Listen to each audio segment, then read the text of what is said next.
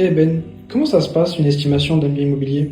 Écoute, c'est une très bonne question. On nous demande pas souvent parce qu'on nous demande des estimations, mais pas forcément régulièrement le processus pour y parvenir. Alors déjà, tout va démarrer de ton projet. Bon, je vais commencer par te poser tout un tas de questions sur ce qui t'a amené à être propriétaire du bien, ta situation actuelle. Est-ce que tu es le seul propriétaire du bien? Est-ce qu'il y a des particularités réglementaires et techniques sur ce bien? Et surtout, ce qui t'amène à avoir besoin d'une estimation. Est-ce que c'est parce que tu as un nouveau projet, un projet d'acquisition et tu as besoin de vendre ton bien? Est-ce que tu es sur un projet de donation, de succession? Les 1000 cas possibles en fait qui peuvent t'amener à demander une estimation. Ensuite, on va passer sur une visite technique du bien dans lequel en fait on va faire le point sur l'intégralité des prestations, parfois procéder à des mesurages. On va voir ensemble les diagnostics techniques qui sont déjà réalisés sur lesquels on peut s'appuyer, notamment les performances énergétiques qui a un impact clair et direct sur l'évaluation. Une fois qu'on a fait cette visite technique, l'intégralité du bien et de ses annexes, quand je dis annexes, c'est les éventuelles caves, les garages, jardins, éventuelles dépendances, on va faire une étude de marché. C'est-à-dire que comment on détermine le prix, c'est pas au doigt mouillé, on n'a pas le talent et la connaissance absolue, même si on a instinctivement toujours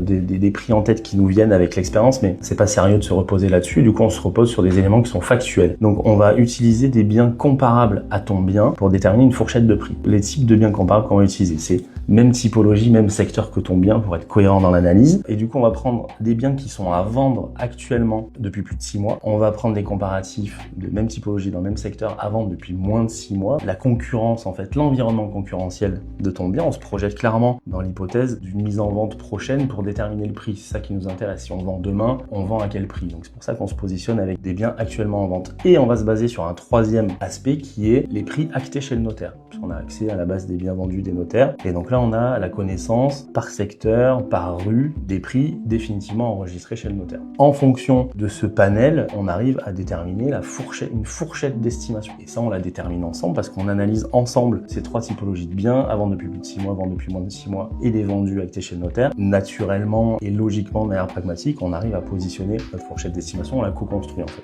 Suite à ça, en fonction de ton projet, je vais te suggérer une recommandation de commercialisation. C'est-à-dire qu'en fonction de ton projet, je vais pas te suggérer de démarrer ta commercialisation au même prix. Je m'explique, tu as besoin de toucher de l'argent absolument dans 3 mois parce que tu as un projet, tu pars en voyage, tu changes de vie complètement. Je vais te suggérer probablement plutôt de démarrer la commercialisation en bas de ma fourchette d'estimation. Si tu as un projet qui est beaucoup plus lointain avec un peu plus de temps, on va peut-être se positionner sur un prix un peu supérieur en se disant qu'on a le temps de tester le marché, quitte à ensuite se resituer sur quelque chose qui fonctionne mieux. Voilà, c'est comme ça qu'on procède à une estimation, mais on le fait toujours en fait ensemble. Le professionnel, on amène l'information et on la partage ensemble et on décide ensemble. C'est pas l'agent immobilier qui décide du prix de vente qu'on fixe, c'est bien ensemble qu'on détermine notre stratégie de commercialisation à la lumière de tous les éléments par contre qu'on va amener. Voilà, tout simplement.